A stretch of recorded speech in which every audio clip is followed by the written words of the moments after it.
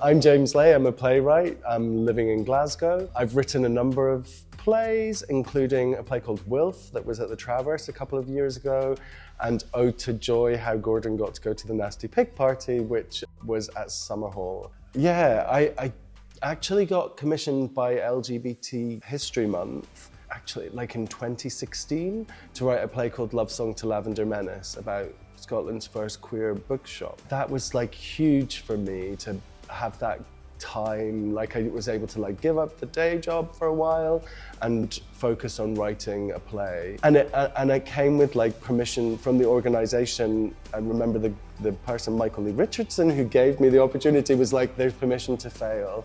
And I think that was really important, and it's definitely, writers need that permission to fail. That's so important as part of our practice. It was taken on by David Gregg at the Lyceum and put in the Lyceum studio. So like, yeah, I have that kind of intense period of my life in about, yeah, I was gonna say about 2016, which was like totally transformative when I went from having done like a couple of things, play Pint and stuff, into getting more commissions and really launching as a playwright.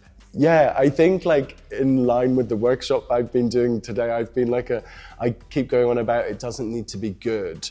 And I think there's a long period of the writing process where it doesn't need to be good. And I think it's taken me a very long time to understand that. Like my playwriting mentor, Nicola McCartney, would always say like, it's a drafting process. We work in this drafting process. And yeah, I think that's really important. When I'm assessing my own work, I really assess like, did I finish it? Is it finished? Do I have a whole thing that I can have some thoughts on and pass to the next person to like give me some feedback? I think you have to get used to, as a writer, to sharing this embryonic, unfinished thing with the person who like paid for it, and then you work out how to make it good together. Somebody that one thinks gives really brilliant feedback.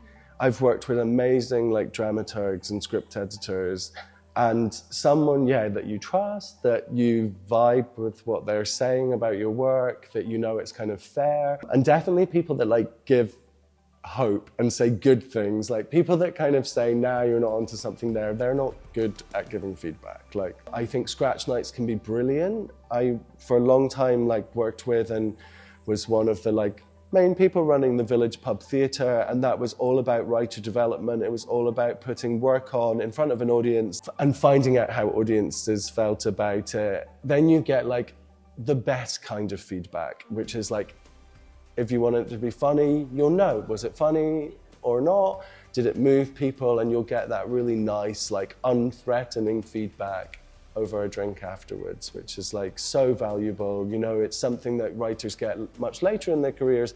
And yeah, scratch nights are a brilliant way to like get there, yeah. I remember going, when I was a teenager in St Andrews doing youth theatre, and I auditioned for SYT. Had an amazing time. It completely changed from something that was like, I was interested in doing Amdram and stuff, that I was like, actually, I really want to do this. I learned so much from doing Scottish Youth Theatre and the people that I was working with, amazing people, amazing tutors, amazing other participants. And yeah, it was just fantastic. It gave me like confidence. I learned like things that I still like use, like ways of focusing and ways of working. Yeah, and just the kind of energy and passion that you need to bring was all like, the foundations of that was all like from doing Scottish Youth Theatre.